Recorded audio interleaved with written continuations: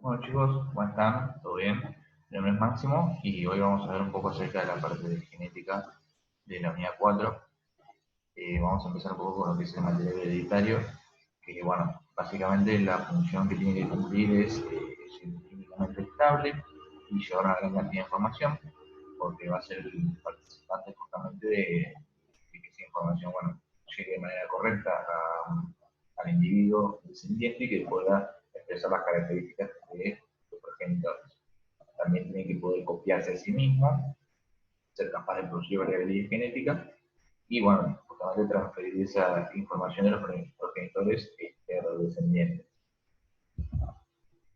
Vamos a hablar un poco acerca de lo que es la historia del ADN. En 1953, James Watson y Francis Crick construyeron lo que es el modelo de la doble hélice, en el cual lo conocemos al ADN actualmente, que fíjense que es una estructura, bueno, acá muestra una estructura tridimensional, en el cual el ADN tiene dos cadenas opuestas. Fíjense que son cadenas de ácidos nucleicos que forman una doble hélice. Cada cadena es digamos, antiparalela y complementaria. ¿Por qué? Porque, digamos, complementaria viene de la parte de la complementariedad de las bases, en la cual, fíjense que las bases, mediante el hidrógeno, se unen y son complementarias, y antiparalela porque el sentido de cada una de las cadenas es opuesto al otro. O sea, si por ejemplo una cadena es 5' 3', su cadena opuesta es 3' 5'. O sea, por eso quiere decir que son dos complementarias. Y antiparalelas por ese mismo hecho, o sea, porque cada una tiene un sentido diferente, opuesto en realidad.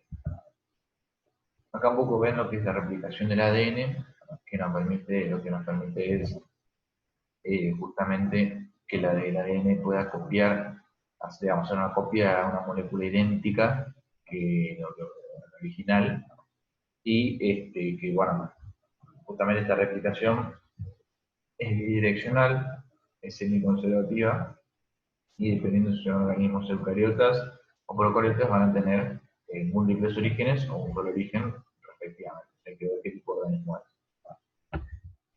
Acá le damos una pequeña gráfica de la horquilla de replicación. Fíjense que acá tienen el origen, que de un lado fíjense que es 5' 3' y del otro lado 3' 5', o sea que es una cadena opuesta. Y bueno, esto todo lo que es la parte de las cadenas, digamos, fíjense que van de 5' a 3' de un lado, y el lado opuesto va de 3' a 5', que es lo que venimos hablando. A veces pueden ocurrir ciertos errores en la replicación que da origen a mutaciones, que bueno, pueden ser de distintos tipos. Hay por sustitución de nucleótidos, por inserción de nucleótidos, eliminación, inversión y translocación. Fíjense que acá, por ejemplo, nos dan gráficamente cada una de las mutaciones. Fíjense la de sustitución, que es la primera, la cual lo que hace es sustituir un par de nucleótidos en la cadena, lo que nos va a originar una lectura diferente, y lo cual también conlleva a que haya una configuración de una proteína distinta a la que se tenía prevista, que puede originar una mutación justamente. Después tenemos la inserción, en la cual lo que hace es que un par de nucleótidos se insertan en la cadena, en la secuencia original, lo cual fíjense que la alarga, que también lo que hace es correrlo de su marco de lectura, lo cual nos va a también generar una mutación porque se va a codificar una proteína distinta por justamente ese par de nucleótidos extra que tiene. Después la de deleción, o de eliminación también, fíjense que de la cadena original se elimina un par de nucleótidos, también lo que hace ahora es achicarla, cortarla, que también nos corre con lectura, obviamente, y nos hace que sea otra proteína la que se codifique en realidad, y que puede originar mutaciones. Todo origina mutaciones, ¿no? Pero acá se ven los distintos tipos que hay. Fíjese la inversión, que lo que hace es un segmento de la secuencia se invierte, y se vuelve a insertar en la cadena, digamos, de la secuencia de ADN, que también al invertirse se invierte la lectura y se codifica otra proteína distinta. Y la translocación, fíjense que lo que hace es, a las secuencias originales se conocen como cambios de los segmentos del ADN, los cuales también me producen un marco de lectura distinto, ¿no? Entonces van a haber mutaciones diferentes, porque van a tener distintas. Bueno, acá lo que tienen que tener en cuenta un poco es la parte del gen, más que nada, que la definición del gen es el medio por el cual se transmite, digamos, almacena la información genética y se hereda, justamente están ordenados de manera lineal los genes en los cromosomas, y bueno, si se expresan nos van por ir péptidos o proteínas, que es lo que veníamos viendo, ¿no? Y bueno, acá tienen la definición de genética y genoma, pero por ahí lo que tienen que tener en cuenta, más bien obviamente dan todo, pero la parte de gen es importante, por ahí que les tomar una definición. Después vamos a ver un poco lo que son los experimentos de Mendel, que Gregor Mendel se considera como el padre de la genética porque fue el primero que propuso una serie de leyes que se utilizan actualmente para el estudio justamente de la genética. Él utilizó lo que son las arvejas para los experimentos, utilizó líneas puras, se le llaman, porque tienen características, digamos, líneas puras se dicen porque son homocigotas, pero vamos a ver que quiere decir que presentan una sola característica. Entonces, al cruzar líneas puras, se obtienen resultados que ahora vamos a ver. Fíjense, el cruzamiento de líneas puras, para el color flores, por ejemplo, y en líneas puras son las homocigotas dominantes de color púrpura y las homocigotas recesivas de color blanco. Entonces, nuestra primera filial van a ser todas púrpuras porque nuestro carácter dominante va a ser el que se exprese sobre el recesivo, pero al haber una cruz de líneas puras justamente, nuestra filial 1 va a tener un fenotipo heterocigota, no va a ser homocigota porque va a tener una parte homocigota que es la que le hereda a la flor blanca justamente. Y bueno, si se autopolinizan, nos da una segunda filial que va a ser una filial distinta, ¿no? Porque va a haber de 4 individuos, van a haber 3 que van a ser homocigotas o heterocigotas, van a expresar, digamos, el carácter dominante, y uno de esos 4 va a expresar el carácter justamente recesivo, ¿no? Entonces, las conclusiones que arribó Mendel es que siempre la filial 1, o sea, si nosotros cruzamos las líneas puras, siempre nuestra filial 1 va a ser siempre dominante porque justamente estas líneas puras nos generan organismos heterocigotas, y si la filial 1 bueno, hay otro, en este caso las plantas se autopolinizan, ¿no? Pero, por el caso las abejas se autopolinizan, pero por ejemplo, si lo aplicamos a los seres humanos, si por ejemplo cruzáramos dos líneas puras, obtendríamos una filial 1 dominante. Si cruzamos esa filial 1 dominante con otro tipo de genotipo diferente, obtendríamos una filial 2, de la cual 3 de cada 4 individuos van a ser con carácter dominante y uno de esos 4 de carácter recesivo. Entonces ahora vamos a ver lo que es la primera ley, que fue la que arribó Mendel, que es la primera ley que nos habla del principio de segregación, que es lo que veníamos hablando, el cual, si nosotros cruzamos dos líneas puras, vamos a obtener en la filial 1 siempre organismos que son heterocigotas, ¿no? Pero que expresan el carácter justamente dominante. Fíjense que este es el ejemplo de la primera ley, que si nosotros cruzamos líneas puras, que estas son estas de acá, vamos a obtener en la filial 1 organismos que son heterocigotas, pero que presentan el carácter dominante. Entonces, se dice, ahora viene un poco lo que es la definición de homocigota y heterocigota.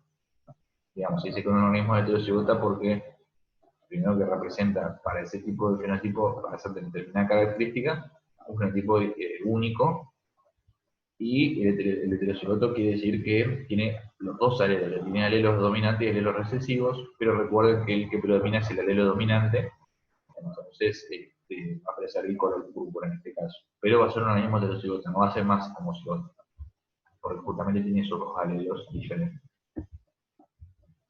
Bueno, fíjense acá que el genotipo del individuo está justamente constituido por la información genética y las variantes alélicas de cada gen.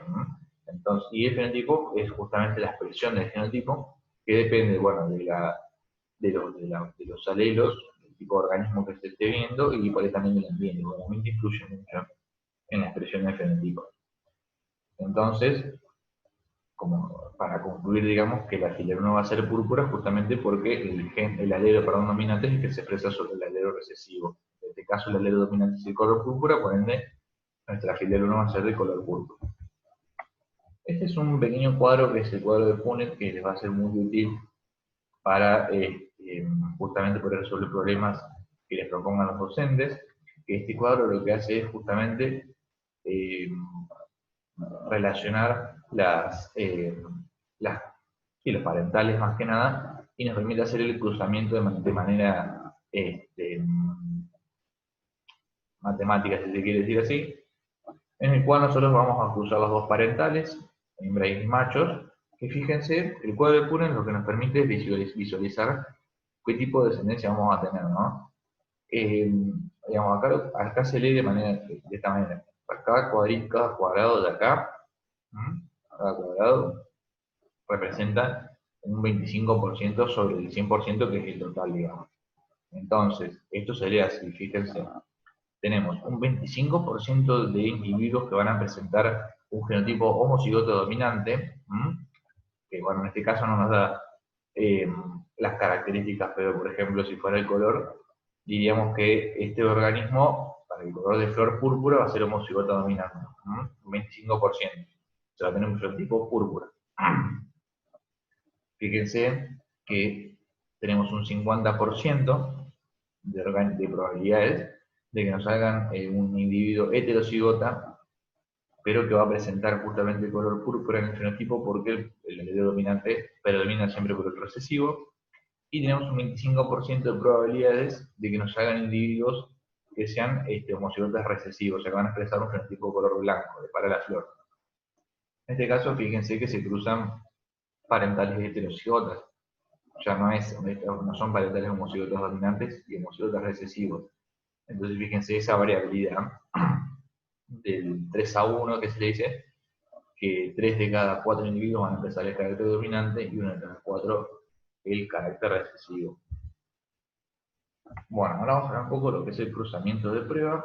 El cruzamiento de prueba nosotros lo que nos permite hacer es justamente tratar de averiguar el genotipo de algún individuo que nosotros desconozcamos. O sea, por ejemplo, después de tomar un ejercicio parecido, en el cual nos den un organismo o un individuo que nosotros no sepamos el genotipo, y nos dan un otro organismo que sí tiene un genotipo homocigota recesivo, por ejemplo, en este caso, y nosotros hacemos una cruza y vemos de manera matemática qué tipo de descendencia va a tener, y nosotros acá lo que hacemos como una pequeña deducción, si se quiere decir así, porque tenemos que ver dos posibilidades. O que el organismo X, vamos a poner el individuo X que no sabemos qué es, puede ser homocigota dominante o puede ser heterocigota, es decir, va a haber dos posibilidades. Entonces, nosotros, por ejemplo, en este caso hacemos los cuadros de Punnett, fíjense que si el organismo es homocigota dominante, va a haber un 100%, o sea, la descendencia va a ser 100% heterocigota y va a ser 100% color púrpura. Ahora, si nuestro organismo es homocigota, heterocigota, va a haber un 50% de la filial, de la descendencia que va a ser heterocigota de color púrpura, y un 50% que va a ser homocigota recesivo de color blanco. Entonces, nosotros lo sacamos de manera matemática, y una vez que nosotros después cruzamos estos dos individuos, se ve lo que se obtiene. Bueno, en base a los cuadros de Punnett, bueno, decimos qué tipo, vamos a poder saber, digamos, qué tipo de genotipo, para la redundancia, es el individuo X que nosotros no conocemos. Bueno, acá este principio de distribución independiente lo que nos permite ver son distintas características, distintos fenotipos para un mismo individuo, en el cual fíjense que nosotros tenemos acá dos individuos diferentes, que tienen varios alelos diferentes para cada color. Fíjense que el primer individuo tiene dos alelos homocigotas dominantes, o alelos dominantes en realidad, y el otro individuo tiene dos alelos recesivos. Entonces lo que se hace es obtener este tipo de, una vez que se cruzan, se obtiene este tipo de ligamento sería. Entonces hay que ver qué pasa. Fíjense que acá hay un total de 16 individuos, porque esto nos permite ver varias características a la vez.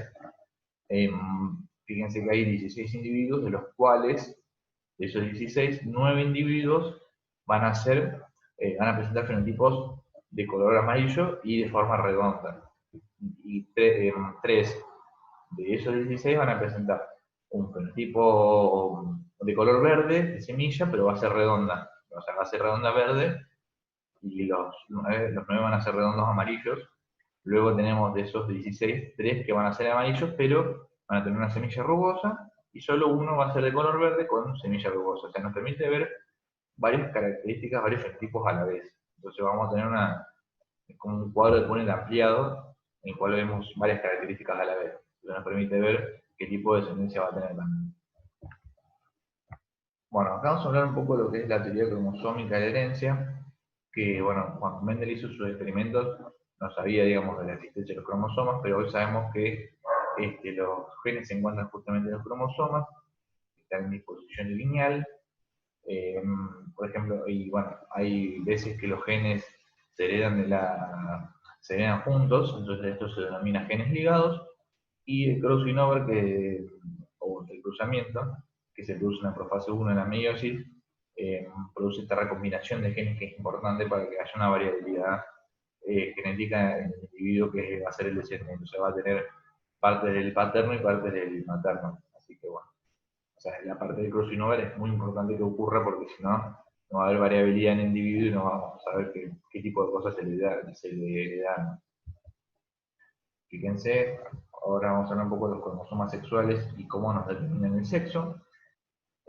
Por ejemplo, o sea, no generalmente, las hembras tienen dos cromosomas, o sea, nosotros tenemos el mismo número de cromosomas, tanto machos como hembras tienen el mismo número de cromosomas, nada más que un par va a ser el autosómico, perdón, va a ser un par que es el sexual, que va a estar determinado por dos alelos. En el caso de la hembra tiene dos alelos X, y en el caso del hombre, perdón, del macho, tiene un alelo X y un alelo Y.